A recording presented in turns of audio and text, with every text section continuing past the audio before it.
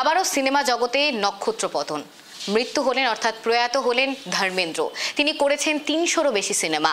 তার মৃত্যুতে শোকস্তব্ধ গোটা সিনেমা জগৎ। তার মৃত্যুর কারণে কিন্তু ভেঙে পড়েছেন সিনেমা জগতের এবং তার যারা সহকর্মী ছিলেন তারাও কিন্তু ভেঙে পড়েছেন।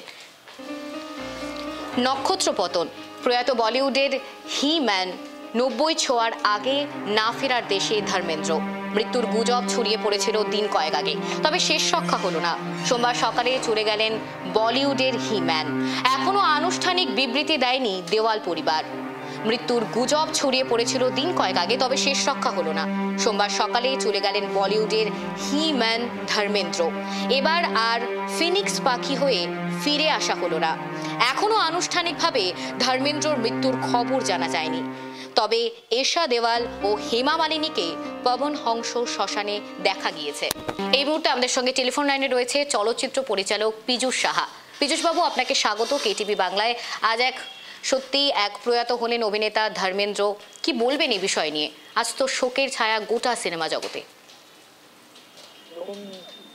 সবচেয়ে বড় কথা হচ্ছে ধর্মেন্দ্র মানে ছোটবেলার আবেগ, ছোটবেলার ভালোবাসা, ছোটবেলার সিনেমা প্রেমিক হিসাবে ছোটবেলার সেই দিনগুলোকে মনে করা। আর আমি মনে করি কোনো শিল্পীর মৃত্যু হয় না। ধর্মেন্দ্র উনি আমাদের কাছে সারা জীবন অমর থাকবেন। ওনার যে শিল্পকলা, ওনার অভিনয়, ওনার মানে মেগা হিটের ছবি দেখে আমরা বড় হয়েছি। আমাদের আবেগে, আমাদের ভালোবাসা সবসময় সিনেমা জগৎ যতদিন থাকবে পৃথিবীতে, ধর্মগীত ততদিন থাকবে। আর ওনার সান্নিধ্যে আমি আসিনি ওইভাবে, দেখা হয়েছিল একবারই ফিল্ম সিটিতে কাজ করতে গিয়ে। তখন ওনার বয়স হয়েছেন, পায়ে হাতে নমস্কার করেছিলাম। আর পিতৃ সম কিছু বলার নেই।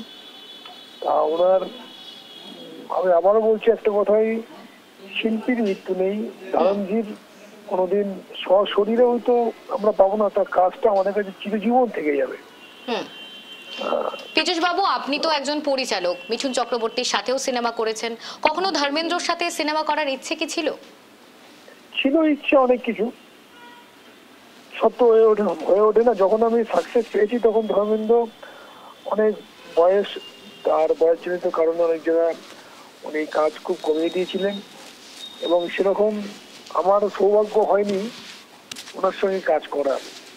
দেখা হয়েছে, সাক্ষাৎ হয়েছে, কথা বলেছি, কিন্তু কাজ করার সৌভাগ্য হয়নি। ধন্যবাদ পীযূষ বাবু। আমরা কথা বললাম চলচ্চিত্র পরিচালকের সাথে, তিনিও কিন্তু শোক প্রকাশ করেছেন। আজ গোটা সিনেমা জগতে শোকের ছায়া।